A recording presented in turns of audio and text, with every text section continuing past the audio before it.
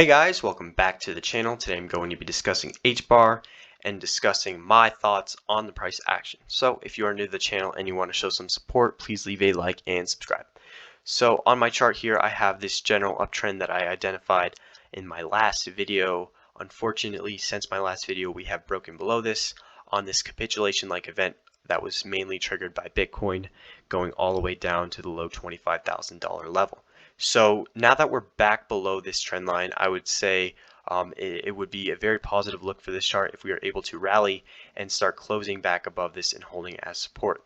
Because otherwise you run the risk of flipping this as resistance and putting in some sort of lower high. On my chart, I also have this green line here, which is the 50-day simple moving average.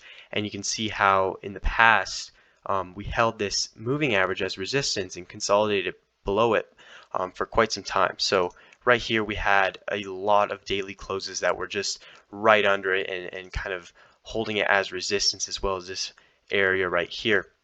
And you can see that, you know, after we broke above it and we tried to hold it as support, we ultimately failed and broke back below it, and this led to a pretty significant drop. So since then, you know, the moving average has started to come back down quite a bit, considering that we are closing at these lower levels as opposed to some of these higher levels back 50 days ago. So the moving average is going to look something like this, where it's just going to come back down and kind of level off. So what you would want to see for HBAR is to start moving back up and getting back above this long-term trend line as well as this moving average. So if we are able to start closing back above these levels, that would be a much more positive look on the chart, and you could see how just, you know, moving up a little bit over the next few weeks and kind of consolidating would be a much better look for the chart, because we do want to get back above this 50-day moving average and this long-term trend line.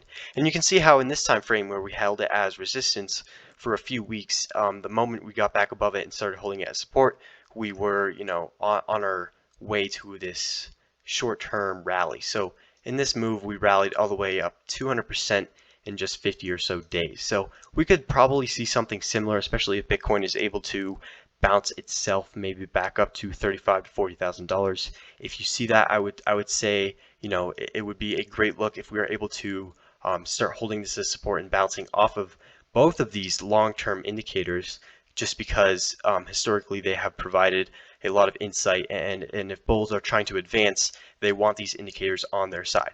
So that is the end of the video, guys. I hope you did enjoy, and as always, I will see you in the next one.